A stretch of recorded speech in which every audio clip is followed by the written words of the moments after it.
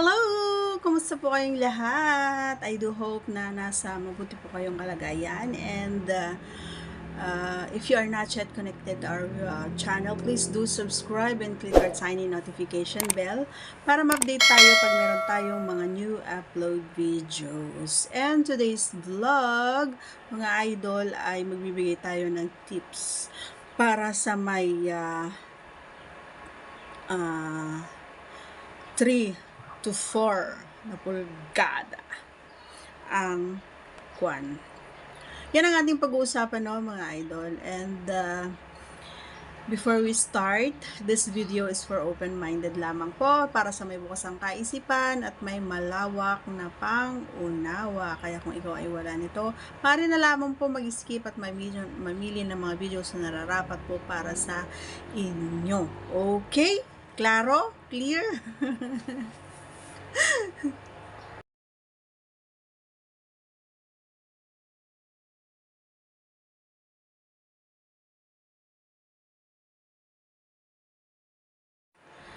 So, ayun nga, proceed na tayo sa ating pag-uusapan, ano. Sari-sari man ang iyong alam na posisyon, ay may mga posisyon pa rin talaga na para doon sa inch ng iyong, alam mo na yon yung sinasabi ko. So, unang-una, idol, ito yung gusto ko. Ayan. Inuuna ko lagi yung gusto ko, di ba? Siyempre, ako dapat una. Ang pinaka the best para doon sa sinasabi natin na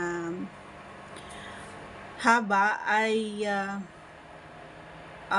si girl yung sa top. Ayan. Para alam niya kung hanggang saan. Kasi nga minsan mga idol, kapag nasobrahan tayo sa alam mo yon, yung pagkahilig na is talaga naman na hindi niyo na namamalayan na sa sobrang todo or pag sagad mo doon, hindi mo na namamalayan na hindi na pala masaya or hindi na pala nagugustuhan ng iyong kapareha, kundi nasasaktan na siya. So, iwasan natin yung mga idol, no? Hayaan natin na nagawin. Oo, hayaan natin na gawin yung gusto ng ating mga kapareha. Siyempre, hindi yung sige ka lang ng sige. Alamin mo naman kung gusto niya ba yung ginagawa mo, di ba? So, always think kung ano yung makakapagpasaya sa kanya. Ganun dapat, di ba? So, una, ito yung sinasabi kong paborito ko. Ayan. So, yung nasa taas ako. Pangalawa naman ay yung sinasabi nating D-style. Di ba? Yung ayan. Yun ay napakaganda para sa ganong haba. Kasi nga, pag sobrang haba kasi sa amin ay hindi ko naman nilalahat, pero sa akin, hindi ko gusto yung ganon na posisyon. Pero kapag nasa 3 lang na inch ay okay lang. Okay lang sa akin. Medyo kaya pa. And then, pangatlo, idol, ito yung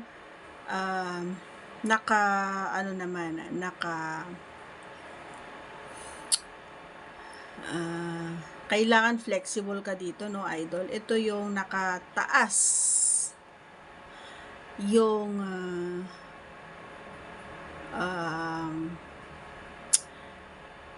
at nakadantay dito yung paa, yung talampakan ng babae. Kaya mo yon? Pero dahan-dahan lang, idol, kasi lalong-lalo na kapag yung edad natin ay katulad ko, Tanda ko na ba? Bakit katulad ko, 'di ba? So kailangang mag-ingat tayo kasi medyo marupok na yung mga kasukasuhan, yung mga buto-buto natin. So kailangang maging aware tayo na at maging handa. Ayan. And always check kung okay ba. Ayan, ang health ng iyong kapareha kasi minsan hindi natin namamalayan na may lumagutok kasi nasobrahan mo yung pagtaas doon sa kanyang talampakan, o 'di ba? So yan yung tatlong posisyon para sa tatlong pulgada. Actually yung ganung ano is yung ganung size idol is tamang-tama lang para sa mga Pinoy tsaka Pinay. Tamang-tama lang 'yon. And kapag sumobra pa doon, malaki na yon. And syempre, hindi ko naman sinasabi na mas gusto ng mga Pilipina yung malaki, pero may mga ganun, may mga pagkakataon na ganun. Parang sa akin, 'di ba, ayaw ko ng malaki, pero may mga time na gusto ko lalong-lalo na kapag yung Gina G ako, alam mo yon, may mga time na ganon. So depende doon sa pakiramdam ninyong parehas, so parang sa inyo din, minsan gusto nyong kumain pero minsan ayaw nyo namang kumain, ganon. Parang kami din, minsan gusto namin isubo pero minsan ayaw din namin, ganon. So may mga pagkakataon or may mga time talaga na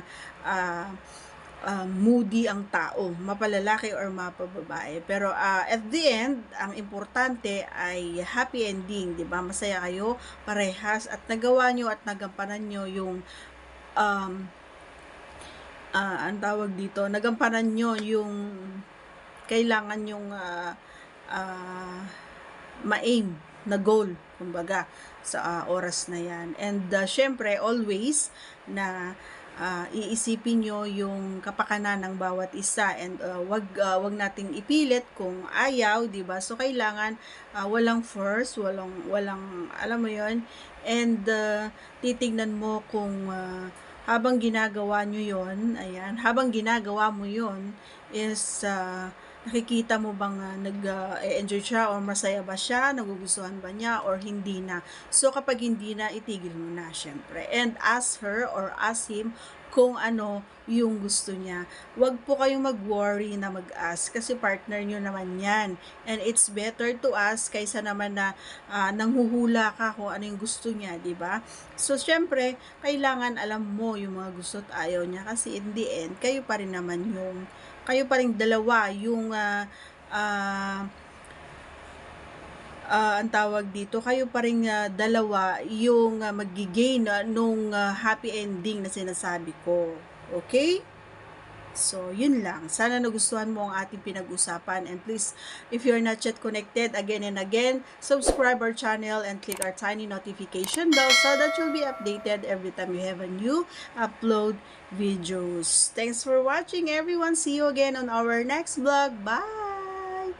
Take care, cause I care. Bye!